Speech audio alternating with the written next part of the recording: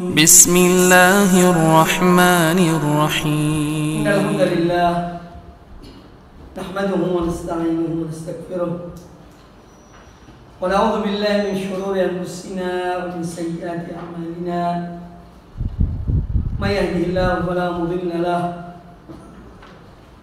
ومن يضلل فلا هادي له أشهد أن لا إله إلا الله وحده لا شريك له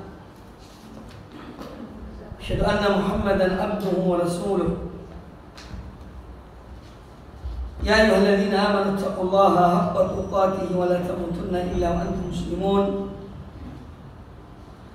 يا أيها الناس اتقوا ربكم الذي خلقكم من نفس واحدة وخلق منها زوجها وبث منهما رجالا كثيرا ونساء اتقوا الله الذي تساءلون به والأرحام إن الله كان عليكم رقيبا يا أيها الذين آمنوا اتقوا الله وقولوا قولا سديدا يصلح لكم أعمالكم ويغفر لكم ذنوبكم ومن يطع الله ورسوله فقد فاز فوزا عظيما أما بعد فإن أحسن الحديث كتاب الله وخير الهدى هدى محمد صلى الله عليه وآله وسلم وشر الأمور محدثاتها وكل محدثة بدعة وكل بدعة ضلالة وكل ضلالة في النار. Ibu-ibu sekalian rahimani wa rahimakumullah, alhamdulillah pada kesempatan yang baik ini kita kembali bertemu dalam kajian kitab tauhid Syekh Muhammad bin Abdul Wahhab rahimahullah ta'ala, dan pembahasan kita insyaallah masuk pada bab yang atau pembahasan yang ke-8, babu maja'a fir ruqa wat tamaim, bab tentang ruqyah dan tamaim, jama dari tamimah. Tamimah itu jimat. Babu maja'a fir ruqa wat tamaim. Dalil yang dibawakan oleh Syekh rahimahullah ta'ala yaitu sebuah hadis Rasulullah sallallahu alaihi wasallam yang diriwayatkan oleh Imam Al-Bukhari dan Imam Muslim. Kata beliau, fis sahih, artinya dalam kitab Sahih Bukhari dan Sahih Muslim, an Abi Bashir Al-Ansari radhiyallahu anhu, dari sahabat bernama Abu Bashir. Beliau dari kalangan sahabat-sahabat Ansar, penduduk asli kota Madinah. Jadi kaum Ansar adalah penduduk asli kota Madinah yang memeluk Islam, sedangkan Al-Muhajirin adalah mereka para sahabat yang berhijrah dari Mekah ke Madinah. Nah, dari Abu Bashir Al-Ansari, beliau mengatakan annahu kana ma'a Rasulillah sallallahu alaihi wasallam fi ba'di asfarihi, bahwasanya beliau Abu Bashir Al-Ansari ini pernah suatu ketika beliau bersama dengan Rasulullah sallallahu alaihi wasallam dalam sebuah perjalanan, dalam safarnya. Karena Nabi alaihi salatu wasallam dan para sahabat beliau banyak bersafar untuk jihad di jalan Allah, bersafar untuk menyebarkan Islam, bersafar untuk umrah, bersafar untuk haji, dan seterusnya. Nah, suatu ketika Abu Bashir ini pernah bersama Rasulullah SAW dalam sebuah perjalanan. Fa'arsala rasulan, maka beliau Nabi Sallallahu Alaihi Wasallam mengutus seorang utusan, arsala rasulan. Jadi Nabi alaihi salatu wassalam mengutus seorang utusan. Utusan ini ditugaskan untuk menyampaikan, ya, untuk menyampaikan pesan Rasulullah Sallallahu Alaihi Wasallam. Apa isi pesannya? Alla yabqayanna fi raqabati ba'irin qiladun min watarin aw qiladun illa quti'at. Yang artinya bahwa beliau Sallallahu Alaihi Wasallam berpesan kepada utusan ini untuk menyampaikan kepada yang dituju supaya tidak terdapat lagi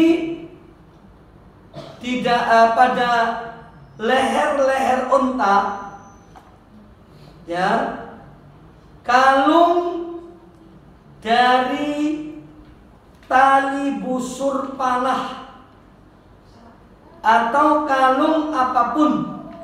Semua itu harus diputuskan, dilepas. Kalau masih ada yang masih menggantungkan kalung yang terbuat dari tali busur di leher-leher ontanya, supaya dilepas.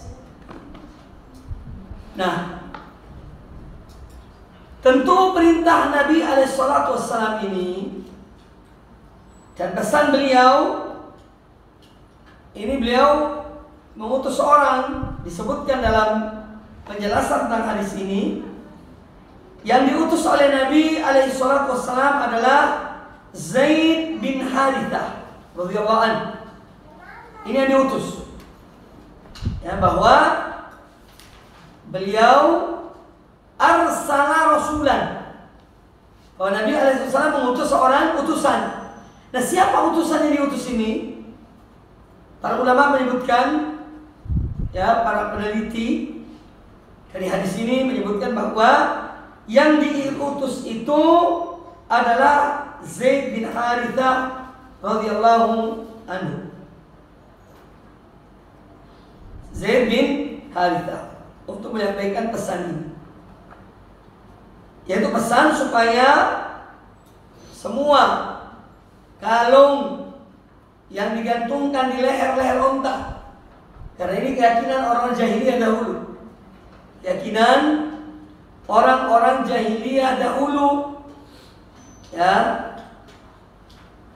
bahwa kalau mereka menggantungkan tali panah, jadi busur panah itu kan ada benangnya, ada talinya.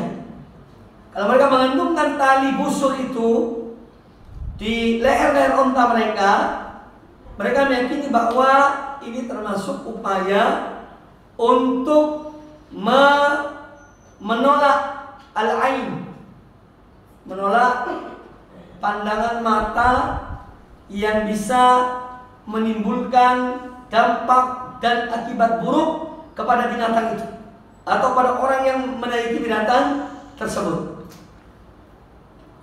Ini kepercayaan jahiliyah dahulu. Oleh karena itu, An-Nabi alaihissalam memerintahkan supaya semua jenis-jenis tali itu yang digantungkan di leher unta dengan alasan supaya terbebas dari ain, selamat dari ain, ya, beliau menyuruh memutuskan, ya. Ini dalam rangka upaya untuk apa? Untuk membersihkan akidah umat dari kesyirikan-kesyirikan, ya, membersihkan akidah umat dari kesyirikan-kesyirikan. Nah, kemudian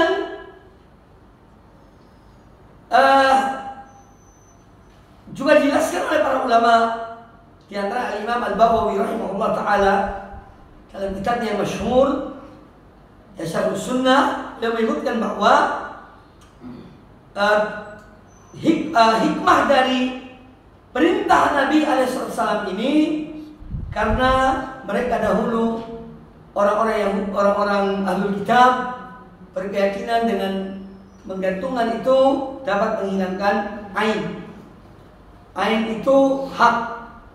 Jadi betul, pandangan seseorang kepada seorang atau kepada benda tertentu itu ada pandangan yang bisa membahayakan. Ya. Tapi semua itu dengan seizin Allah Ta'ala. Tidak bisa kalau Allah tidak mengizinkan, dia tidak kena.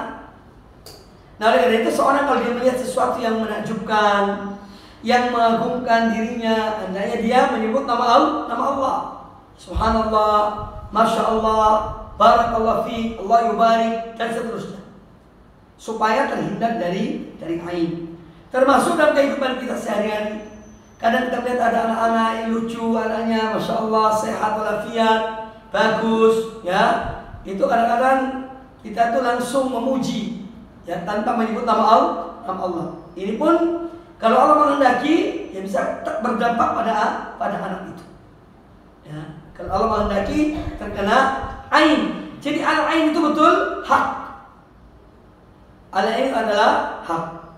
Dan oleh karena itu pula orang yang atau orang tua dianjurkan untuk selalu mendoakan anaknya, ya, supaya Allah melindungi dari syaitan, melindungi dari mata yang memandangnya yang berdampak buruk, atau yang dari yang lainnya. Nah, ini pesan dari Nabi alaihissalam kepada mereka. Ya, maka sejak itu para sahabat, ya, semua menanggalkan apa yang diperintah, tali-tali atau kalung-kalung yang ada pada leher unta yang terbuat dari busur, dari tali busur sebuah panah. Kemudian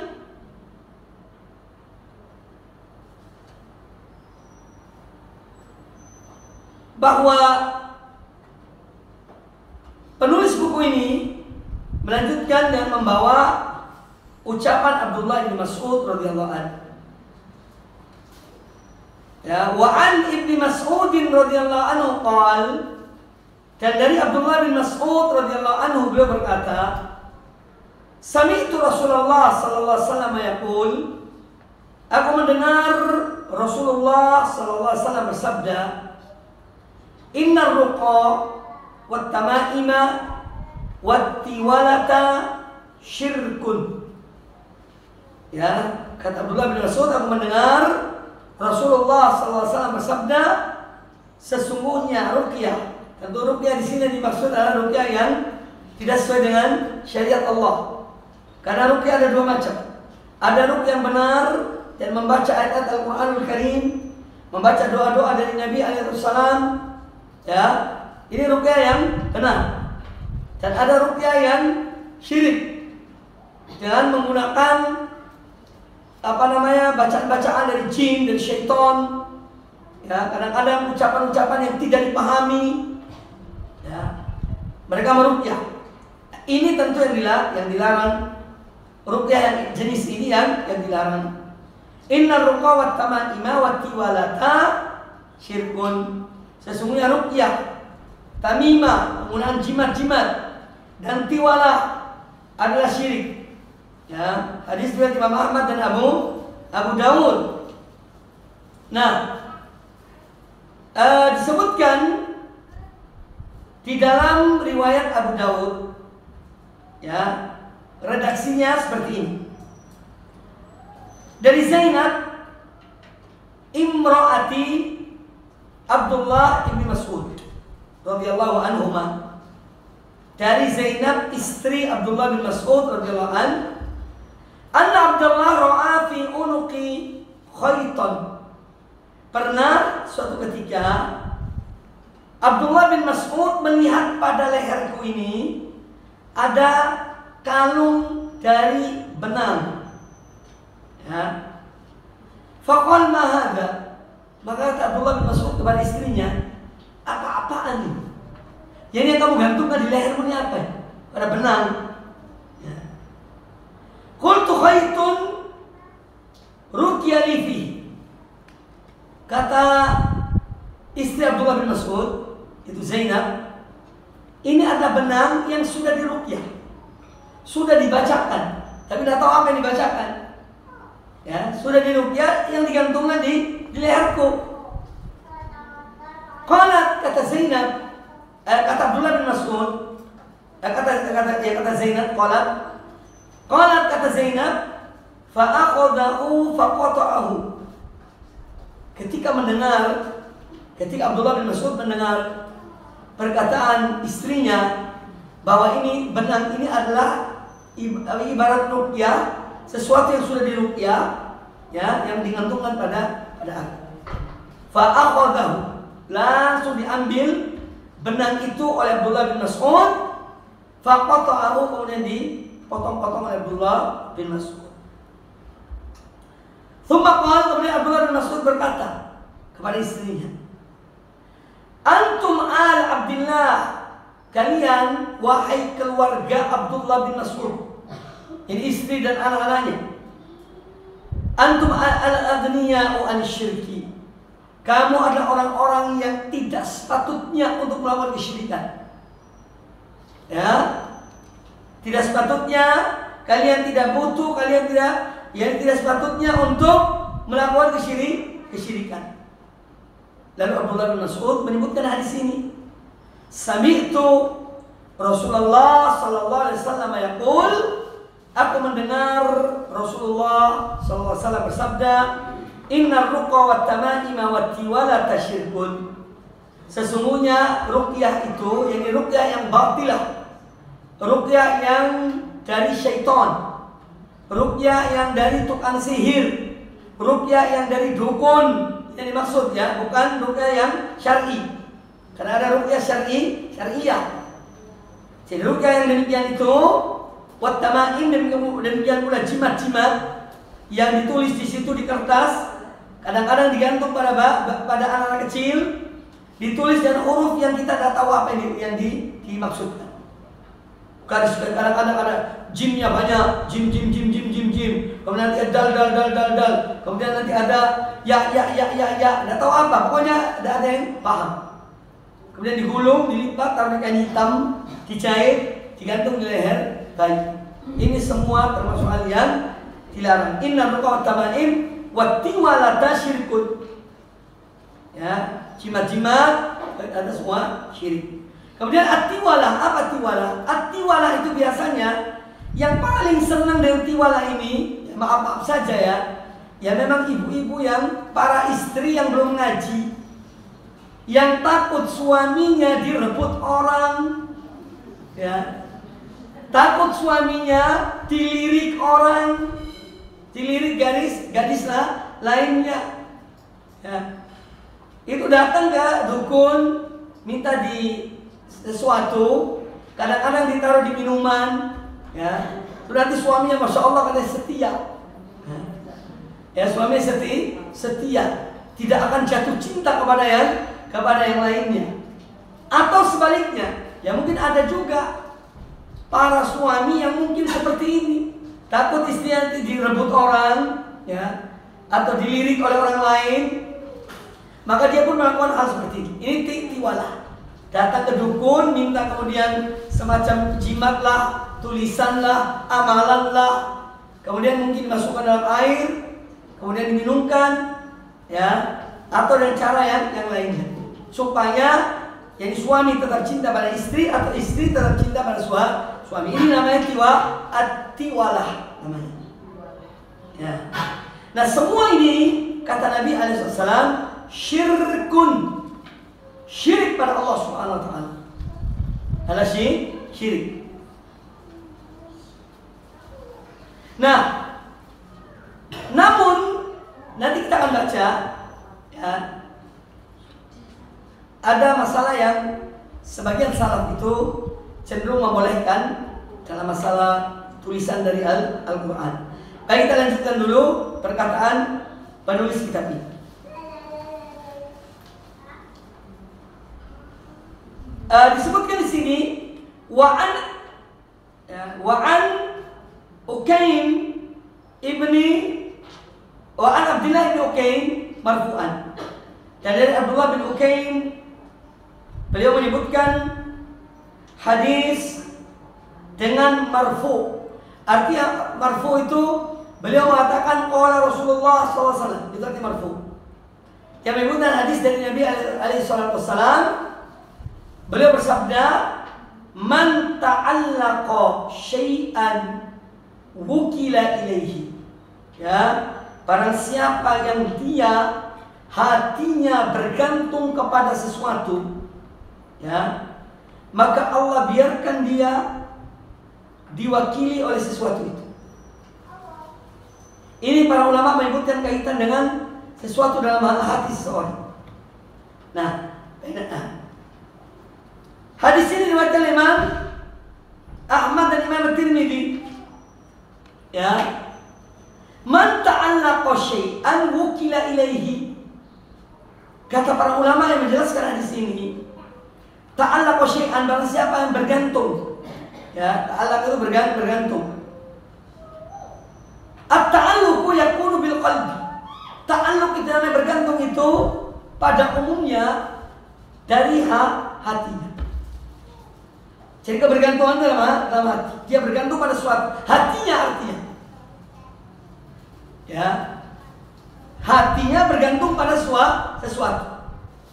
Ya. Kemudian dari kebergantungannya kepada sesuatu itu, maka apa yang diucapkan, apa yang dia lakukan, itu selalu kaitannya dengan yang bergantung pada hatinya itu. Ya. Barang siapa yang man ta'allaqa syai'an wukila ilaihi. Jadi kebergantungan di sini yang dimaksud adalah hatinya. Dia selalu ingat siang dan malam, dimanapun dia berada, dia ingat sesuatu yang menjadi gantungannya itu. Sehingga apa yang diucapkan, apa yang dia lakukan, tidak luput dari apa yang ada dalam hatinya, dari kebergantungannya itu. Ya. Nah ini ta'alluq ini adalah berkaitan dengan kebergantungan hati. Sehingga yang dia ingat itu bukan lagi Allah. Kebergantungannya bukan lagi kepada Allah Ta'ala. Kalau dia punya dukun yang dipercaya betul dukun ini, maka di mana-mana dia ingat dukun itu. Misalnya, dia ingat pada dukun itu. Akhirnya dia lupa kepada Allah Ta'ala. Sehingga dia hatinya iltafata anillah. Hatinya berpaling dari Allah Ta'ala. Dan dia perhatiannya hanya kepada yang menjadi kebergantungan hatinya itu. Ya. Dia mengatakan dengan keyakinan dalam hatinya bahwa sesuatu yang dia bergantung padanya itu bisa memberi manfaat padanya, atau bisa menghilangkan darinya satu mudarat. Dan ini ada. Kita ini cuma alhamdulillah ya karena kita ini ngaji, ya. Jadi kita alhamdulillah, mudah-mudahan kebergantungan kita hanya kepada Allah. Ada di antara masyarakat yang awam yang mereka tidak ngerti.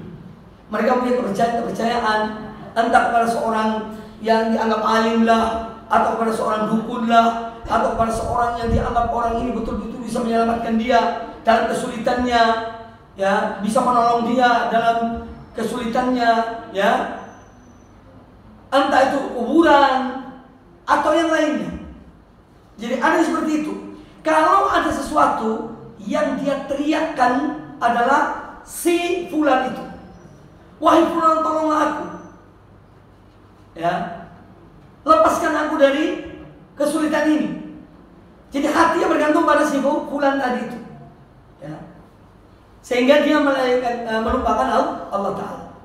Jadi pada sebagian orang awam itu ada. Bahkan kadang-kadang di satu kampung misalnya, di situ ada kuburan tidak tahu kuburan siapa, kuburan pendiri kampung itu, kadang-kadang disebut Mbah Buyut, apa-apalah, tidak tahu sebut apalah.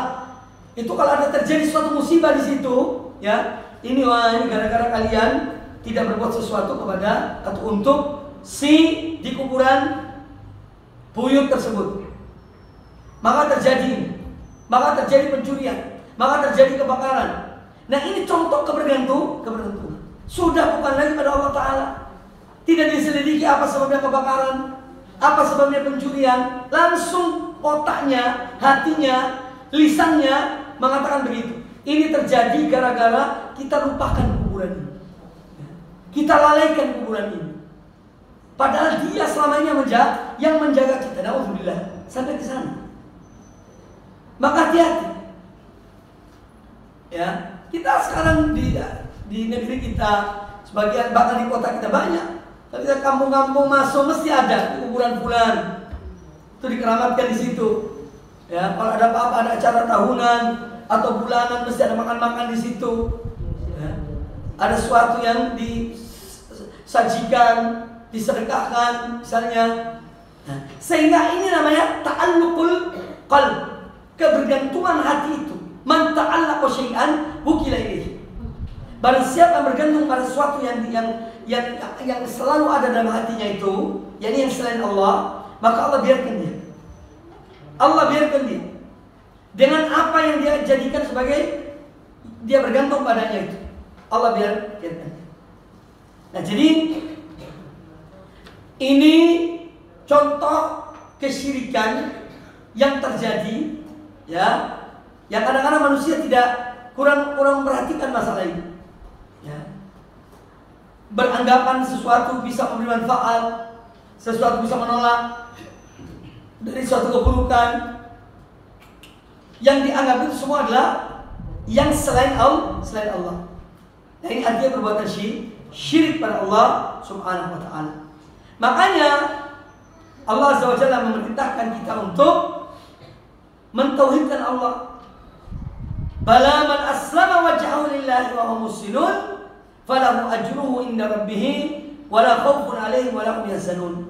Orang-orang yang betul-betul mereka tunduk patuh pada Allah dan mereka berbuat baik, maka pahala mereka di sisi Allah ada pahala yang besar. Bagi mereka ada pahala di sisi Allah. Dan mereka tidak ada rasa takut. La khaufun 'alaihim wa la hum yahzanun. Tidak ada khawatir, tidak ada rasa takut dalam diri mereka. Kalau ada musibah mereka tahu bahwa itu karena perbuatan mereka sendiri, semoga Allah mengampuninya. Kemudian mereka menerima dengan sabar. Kalau mereka mendapat nikmat, ya karena itu nikmat dari Allah Ta'ala. Ya.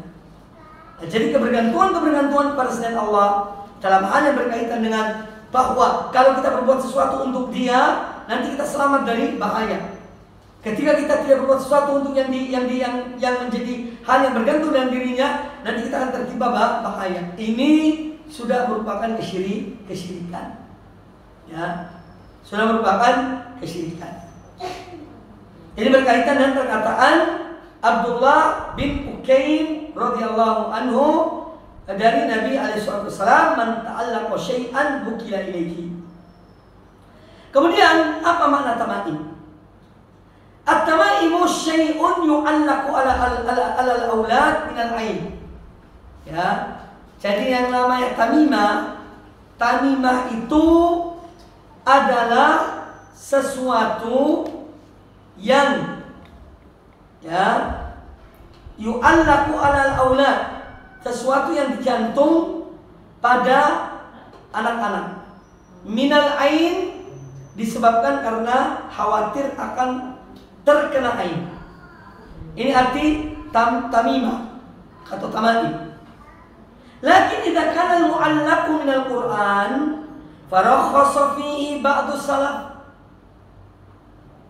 Kata Syekh rahimahullah taala, namun apabila yang dianggap atau yang dibuat yang ditulis pada lembaran yang digantungkan pada anak itu dari Al-Quranul Karim, maka sebagian salaf mereka itu memberi keringanan. Ya, mereka memberi keringanan. Wa ba'dhum lam yurakhis fihi. Namun sebagian mereka tetap mengatakan tidak boleh. Ya. Dan menjadikan sesuatu yang terlarang. Di antaranya adalah Abdullah bin Mas'ud. Karena orang menggantungkan ayat Quran di leher anak, itu kan masuk kamar mandi kan. Nanti anak masuk WC yang bawa ayat-ayat Quran ini di lehernya. Makanya dilarang oleh kebanyakan salaf. Walaupun ada satu dua yang membolehkan. Dan kami sendiri pribadi cenderung untuk tidak dibenarkan. Ya, tak usahlah. Cukup orang tua mendoakan anaknya. Ya, doa yang diajarkan oleh Nabi Alaihissalam. Doa yang dipakai oleh beliau ketika mendoakan Al Hasan dan Al Husain radhiyallahu anhuma. Baca doa itu. Ya. Jadi walaupun ada sebagian salaf yang memberi keringanan dalam masalah ini, yaitu untuk menggantungkan ayat Al-Quran ya, di leher bayi misalnya atau anak kecil, namun kami tetap cenderung kepada pendapat yang mengatakan, dan juga ini dari sebagian salaf dan Abdullah bin Mas'ud, bahwa hal tersebut termasuk yang dilarang karena dampaknya jelek. Ya, dampaknya jelek.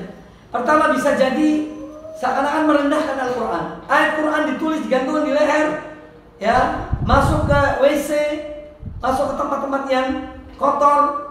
Kemudian yang kedua, nanti anak itu kadang ini dipakai tidur, bisa jadi anaknya ombol, ya, kencingnya banyak, merembes sampai kena jimat, itu tidak mustahil. Tak mustahil. Iya. Oleh karena itu lebih selamat adalah tidak usah digunakan. Itu lebih selamat. Sebagaimana dikatakan oleh Abdullah, di antara pendapat Abdullah bin Mas'ud radhiyallahu anhu. Kemudian ar-ruqa itu adalah yang disebut dengan ruqa, yaitu kayak jampi-jampi. Jadi ada ar-ruqa, jama ruqyah. Ruqyah itu ada dua macam, ya, supaya kita ketahui. Ada ruqyah yang syar'iyah, ada ruqyah yang ghairu syar'iyah. Ada ruqyah disyariatkan oleh Allah dan Rasulnya, dibolehkan seperti membaca Al-Quran, membaca doa, termasuk baca sholawat, baca salam, ya, dan yang lainnya dari bacaan-bacaan ruqyah. Ya, kebanyakan diambil dari ayat Al-Quranul Karim. Bahkan ada sebagian ulama yang menulis dalam masalah ini. Di antara ayat-ayat yang dipakai untuk meruqyah. Pada hakikatnya semua Al-Quran itu adalah sebagai bisa dipakai untuk ruqyah. Namun ada beberapa surat, beberapa ayat yang memang memiliki tentu keutamaan lebih dari yang lainnya. Contohnya ayat kursi. Kata Nabi SAW, ayat kursi adalah ayat termulia. Ini bukan berarti membedakan dengan ayat-ayat yang lainnya, ya tidak. Cuma jelas bahwa memang ada surat pun demikian, ada surat yang lebih, surat yang afdol, ada fadilahnya, ada surat yang biasa aja. Tapi kita tetap tidak boleh membedakan. Namun dalam ruqyah itu ada memang surat-surat yang dibaca atau ayat-ayat yang dibaca untuk meruqyah. Termasuk misalnya al-mu'awwidzatain, al-mu'awwidzatan, yaitu qul a'udzu birabbil falaq dan qul a'udzu birabbin nas. Ya. Kalau disebut al-mu'awwidzat, misalnya tambah dengan qul huwallahu ahad. Ya. Jadi intinya bahwa ruqyah yang syar'iyah itu adalah yang sesuai dengan tuntunan Rasulullah sallallahu alaihi wasallam. Ya, kemudian ruqyah yang tidak syar'i ini yang dilarang, ini kebanyakan menyimpang dari jalan yang benar karena mereka menggunakan yaitu syaitan atau jin atau yang lainnya selain Allah Ta'ala, ya, yang itu semua dapat menimbulkan kesyirikan pada diri seorang.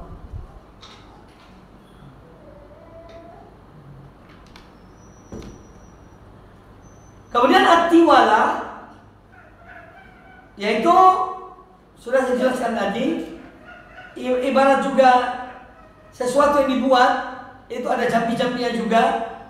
Ya, ini kebanyakan antara suami istri.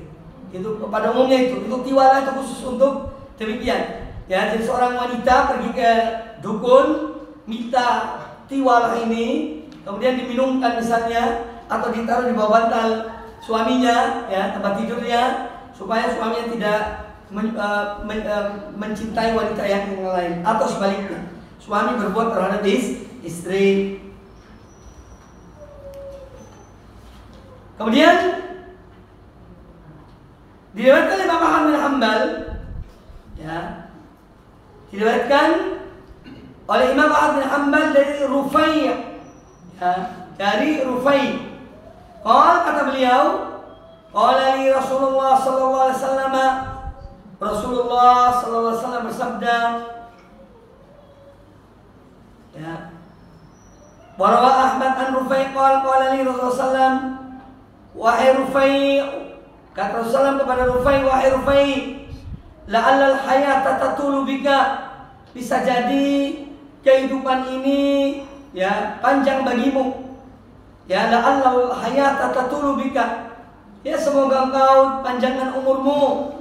Fa akhbirin nasa, maka beritahukanlah kepada manusia, anna man aqada lihiyatahu au taqallada wataran au istanja bi raji'i dabbatin au admin fa inna Muhammadan bari'un minhu.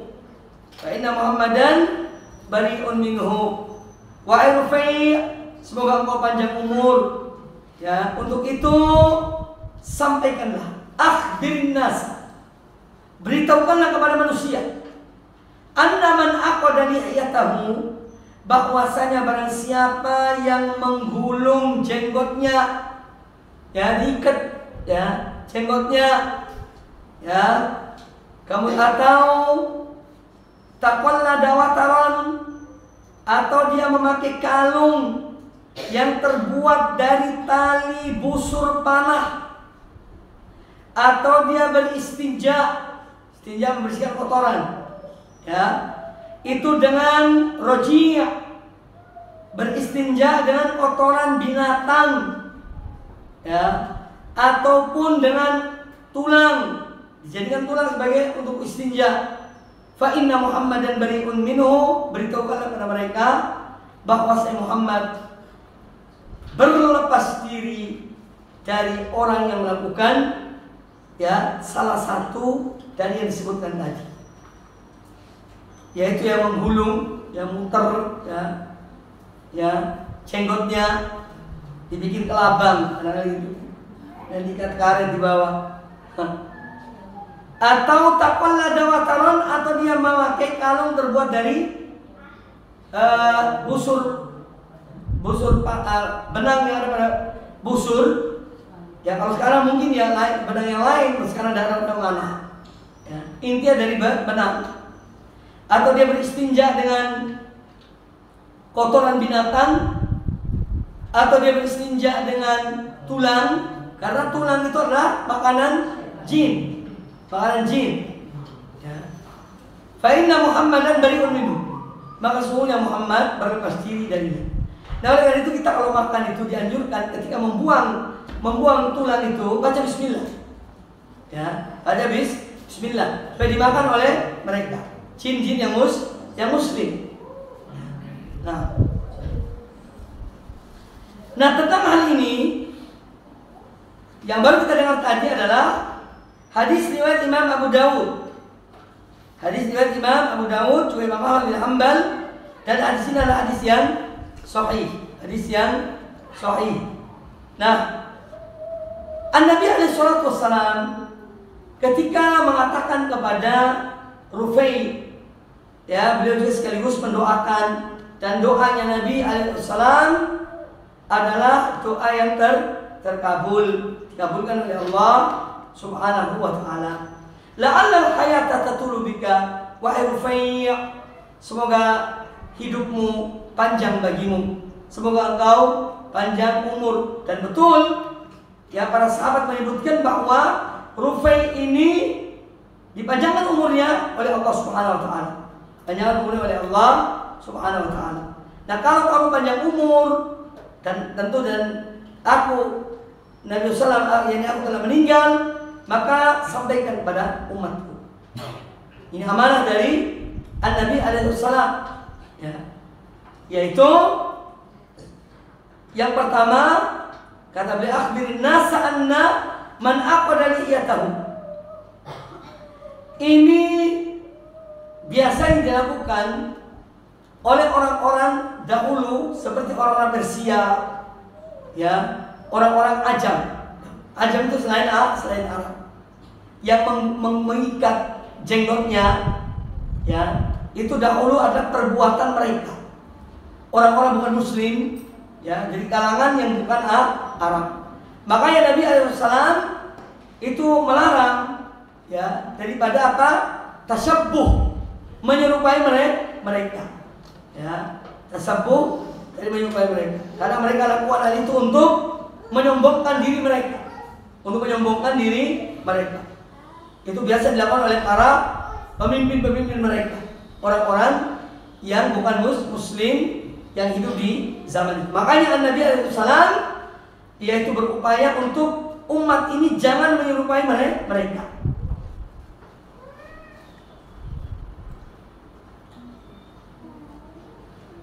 Kemudian kita pun melihat sekarang ada sebagian orang yang melakukan hal tersebut.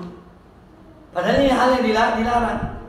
Bahkan sekarang macam-macam pemuda-pemuda muslimin, ya, orang-orang muslim, pemuda-pemuda yang tidak ngerti agama, mungkin mereka hidup juga mungkin dalam rumah yang kurang nyaman, keluarga yang kurang nyaman, akhirnya anaknya menjadi rusak, ya, hanya motong rambut semaunya, kemudian dibiarkan sebagian dari rambutnya, ya, dan macam-macam mode-mode yang itu semua tentu adalah merupakan perbuatan yang tasyabbuh dengan yang lainnya. Maka dan itu kita tidak dibolehkan. Ya, ini tanggung jawab orang tua dalam mendidik anak-anaknya. Kemudian ya, tradisi juga dari orang-orang yang ahlul kitab dahulu atau orang-orang Ajam yang bukan dari kalangan Arab ketika itu, ada tradisi yang mereka lakukan, yaitu mereka memanjangkan kumis-kumis mereka, ya. Kumisnya dipanjangkan, jenggotnya dipotong.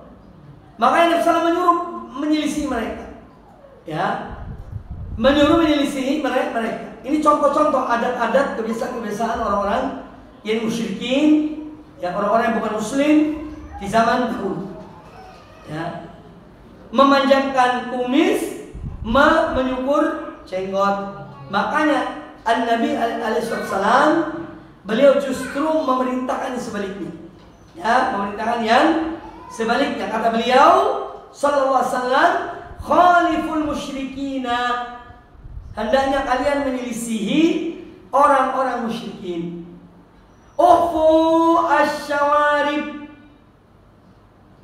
yakni tipiskan, ya, ufu syawarib, tipiskan kumis, wa'ful liha, dan panjangkan jenggot. Ini bagi kaum mukminin, orang laki-laki dari umat ini. Jadi bukan malah sebaliknya, kumisnya diputer buat, ya, kayak gantungan hanger gitu di pipinya, iya. Kemudian jenggotnya malah dicukur, bukan demikian, tapi justru tipiskan kumis dan panjangkan jenggot. Kemudian juga kata Nabi alaihissalam dalam hadis yang lain, man lam ya'khud min syaribihi falaysa minna, ya, barang siapa yang dia tidak memendekkan kumisnya, maka dia bukan dari golongan kami. Sampai begitu kata Nabi SAW, ya, sampai demikian. Jadi upaya beliau supaya umat ini tidak menyerupai umat-umat yang lain dari golongan musyrikin, ya, dari golongan kaum musyrikin.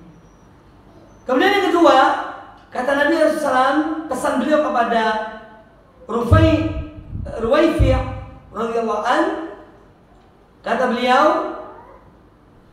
larangan untuk taqallada wataron. Ya, taqallada wataron ini sudah dijelaskan tadi, yaitu menggantungkan, memakai kalung terbuat dari benang busur panah, karena ada keyakinan bahwa itu akan menghilangkan ain. Ya, ini penyebutan benang busur itu karena memang itu digunakan dahulu. Ya, itu yang dahulu, itu yang banyak dahulu. Kalau sekarang ya benang apa saja yang digunakan untuk menggantungkan jimat mereka atau macam-macam digantungkan di leher dan keyakinan seperti itu, makanya termasuk yang yang dilarang, termasuk yang dilarang. Baik manusia yang makainya atau digantungkan pada hartanya. Ya. Nah sekarang banyak kita lihat orang beli mobil, naudzubillah, kalau mau pakai ini mobilnya pakai ini air tawar, pakai kendi, dihancurkan dulu, dipecahkan kendinya supaya mobilnya tidak kena ain, tidak celaka. Ini semua sebetulnya jenis-jenis berbeda, tapi ini satu macam yang sama. Hanya cara-cara berbeda. Ya. Tapi keyakinannya sama, yaitu untuk menghilangkan ain supaya mobilnya ini tidak kena bahaya, tidak terjadi kecelakaan. Ya. Jadi tujuannya sama, walaupun caranya berbeda. Ya. Oleh karena itu kita tidak dibenarkan, termasuk buang air mawar di perapatan jalan. Ya. Karena pagi-pagi ada orang demikian di perapatan jalan, ada air di mangkok, ada bunga-bunganya disiram, supaya tidak datang musibah di rumahnya, keluarganya. Semua kepercayaan yang menjadikan seorang terjerumus dalam kesyirikan pada Allah Subhanahu wa Ta'ala. Kemudian yang berikutnya, au istanja bi raji dabatin aw admin. Demikian pula yang dilarang oleh Nabi SAW adalah istinja. Ya, istinja, membersihkan tinja dengan menggunakan kotoran binatang, ya, atau dengan tulang. Ini mungkin kalau sekarang mungkin tidak banyak terjadi ya, karena ya memang zaman juga berbeda. Tapi mungkin di satu tempat, mungkin di desa-desa, di kampung-kampung mungkin saja terjadi, ya. Walaupun sekarang ini mungkin dalam kehidupan kota, ya, ini kebanyakan tidak terjadi. Tapi ini semua peringatan dari Nabi Alaihissalam supaya kita tidak menggunakan hal tersebut untuk istinja, yaitu dua benda ini, kotoran binatang, dan yang kedua adalah yaitu tulang. Ya. Nah, perbuatan ini termasuk perbuatan dosa besar. Jadi disebutkan 3 macam ini, ya, mengikat jenggotnya, kemudian menggantungkan benang di leher untuk terhindar dari ain, atau istinja dengan kotoran binatang. Ini termasuk dosa besar. Dari mana tahu yang dosa besar? Karena pada akhir hadis ini Nabi SAW bersabda, fa inna Muhammadan bari'un minhu. Sesungguhnya Muhammad berlepas diri dari orang-orang yang melakukan hal-hal ini. Sehingga dari kalimat ini para ulama menyimpulkan bahwa perbuatan ini adalah perbuatan dosa besar, bukan sekedar dosa kecil. Karena Nabi SAW berlepas diri dari perbuatan yang demikian. Kemudian ada hadis tentang tulang, ya, dan ar-rawth, itu adalah makanan dari jin. Itu disebutkan dalam hadis riwayat Imam Muslim. Hadis riwayat Imam Muslim, kata dari Abdullah bin Mas'ud, Nabi SAW bersabda, la tastanju bir-rawth. Jangan kalian istinja dengan rawth. Rawth ini kotoran unta. Rawth ini khususnya maknanya kotoran unta. Walal idham, dan jangan pula kalian beristinja dengan tulang. Fa innahu, karena tulang itu adalah zat itu zat bekal, ya, perbekalan makanan, ya. Zadu ikhwanikum minal jin. Itu adalah perbekalan, ini makanan saudara-saudara kalian dari golongan jin. Yang dimaksud saudara sini ada jin muslim. Ya, wa ma khalaqtul jinna wal insa illa liya'budun. Dan Allah menciptakan jin dan manusia untuk beribadah kepada Allah. Makanya risalah Nabi SAW tidak hanya untuk manusia, tapi juga untuk golongan jin. Ya. Hanya saja penyebutan yang harus kita pahami, pada umumnya kalau jin yang muslim itu selalu disebut dengan jin. Sedangkan jin yang kafir itu pada umumnya disebut syaitan. Ya. Jadi tidak ada istilah yang dipakai oleh kaum muslimin tentang jin muslim itu dengan istilah syaitan muslim. Tidak ada. Ya, kita tidak pernah membaca dalam kitab-kitab para ulama atau mendengar di ceramah-ceramah para ulama yang menyebutkan syaitan muslim. Tidak ada. Ya. Yang disebut adalah jin muslim. Karena pada umumnya kata syaitan itu untuk yang jin yang kafir. Untuk jin yang kafir. Nah, ini mungkin perlu dipahami tentang istilah ini. Kemudian wa an Sa'id bin Jubair radhiyallahu anhu. Sa'id bin Jubair ini murid Abdullah bin Abbas. Sa'id bin Jubair dibunuh oleh Hajjaj bin Yusuf. Ulama terakhir yang dibunuh oleh Hajjaj bin Yusuf adalah Sa'id bin Jubair. Doanya makbul, terkabul. Dia sebelum dibunuh oleh Hajjaj bin Yusuf, beliau berdoa, "Ya Allah, jadikanlah aku ini orang terakhir yang dibunuh oleh Hajjaj." Itu doanya. Dan betul terkabul. Setelah 1 minggu dia dibunuh, Hajjaj merasa sakit. Kemudian meninggal. Jadi Hajjaj bin Yusuf meninggal ya setelah membunuh Sa'id bin Jubair. Ya, doanya dikabulkan oleh Allah Subhanahu wa taala. Nah, kata Sa'id bin Jubair radhiyallahu rahimahullah, "Man qata'a tamimatan min insanin kana ka'idli raqabatin." Barang siapa yang memutus jimat yang dipakai oleh manusia, maka sama dengan dia itu membebaskan seorang budak. Itu ganjarannya. Ibaratnya begitulah. Ya. Jadi apa yang diucapkan oleh Sa'id bin Jubair ini diriwayatkan oleh Waki'. Walahu min Ibrahim qal, walahu an Ibrahim. Kemudian juga diriwayatkan oleh Waki' dari Ibrahim an-Nakhai. Qal, kata Ibrahim Nakhai, kanu yaqra'una at-tama'im kullaha.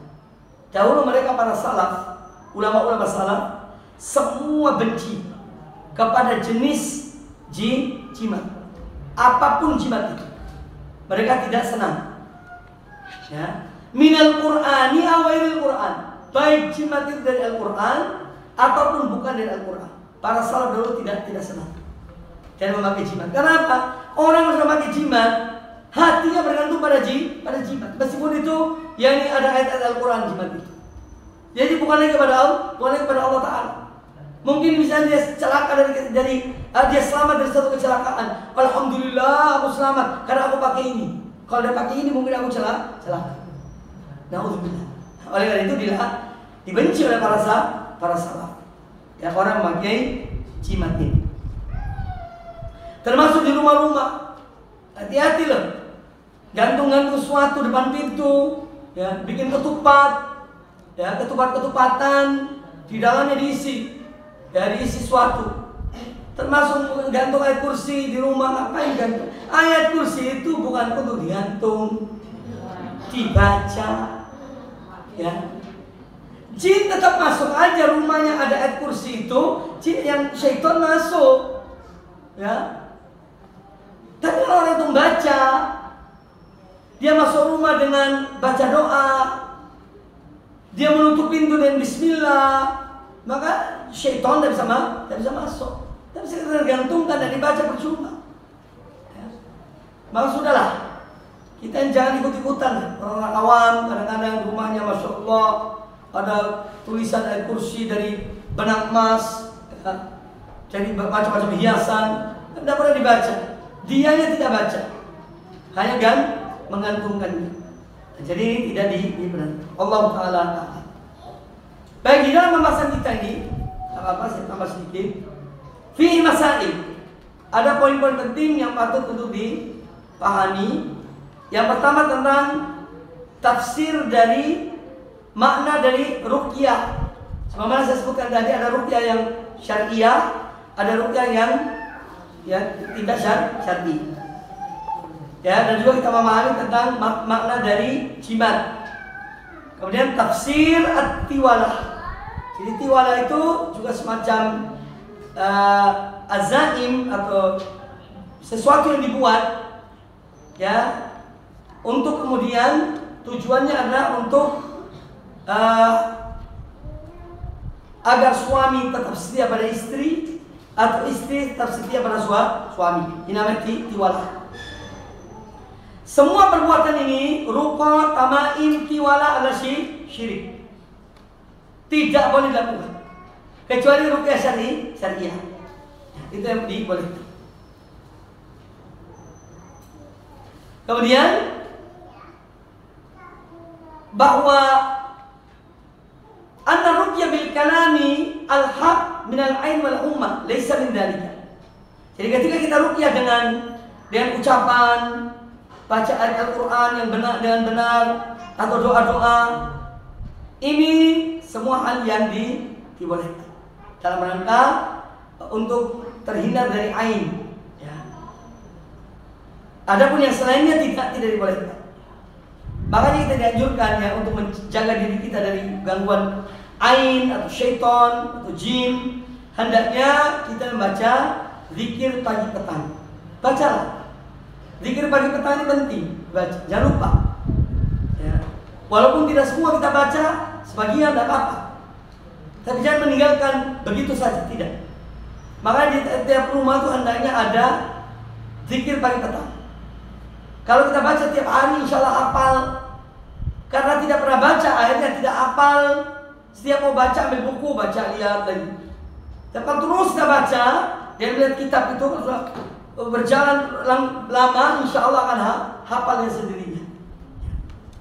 Ya, salah satu bentuk pencegahan dari godaan syaitan, dari huma, dari ain dan yang lainnya, dan membaca zikir pagi dan petang. Kemudian bahwa pelajaran diambil yang lainnya, kalau tamimah itu dari Al-Quranul Karim, ya, yang dijadikan jimat dari Al-Quranul Karim, memang ada khilaf di antara salaf. Tapi dari perkataan Abdullah, dari perkataan Ibrahim An-Nakha'i yang kita bacakan tadi, bahwa mereka dahulu benci kepada yaitu jimat yang digunakan dari baik dari Al-Quran maupun bukan dari Al-Quran. Maka saya katakan supaya kita terhindar dari ikhtilafnya mereka, ya sudahlah, menjauhilah dari itu. Kalau dibaca boleh, seorang membaca, tapi menggantungkan di leher, ya ini yang kita hindari. Kemudian juga permasalahan lain yang penting adalah ya, yaitu apa yang dilakukan oleh Yahudi, orang-orang jahiliyah dahulu adalah menggantungkan benang pada leher-leher binatang karena ain ini juga termasuk yang dilarang. Kemudian ada ancaman dari Nabi SAW orang yang melakukan hal tersebut, bahwa beliau SAW berlepas diri dari orang itu. Ini menunjukkan bahwa ini perbuatan dosa besar. Kemudian juga keutamaan orang yang melepas jimat dari orang yang menggunakannya. Ya, dia memutusnya, dibuang. Kecuali ayat Al-Quran yang dibakar, jangan dibuang. Karena ada ayat Al-Quran di situ, itu dibakar. Tapi kalau dari kalimat-kalimat yang tidak dipahami, jadi huruf-huruf a, ba, ya, ha, dan seterusnya, lam, jim, ambil buang di api, ya, dibakar. Tidak usah takut. Kadang-kadang orang takutnya apa? Nanti jinnya datang masuk ke diriku. Tidak usah takut, ya. Jangan takut dengan syaitan. Justru mereka itu yang harus takut pada hamba-hamba Allah yang bertakwa, yang bertauhid kepada Allah Subhanahu wa taala.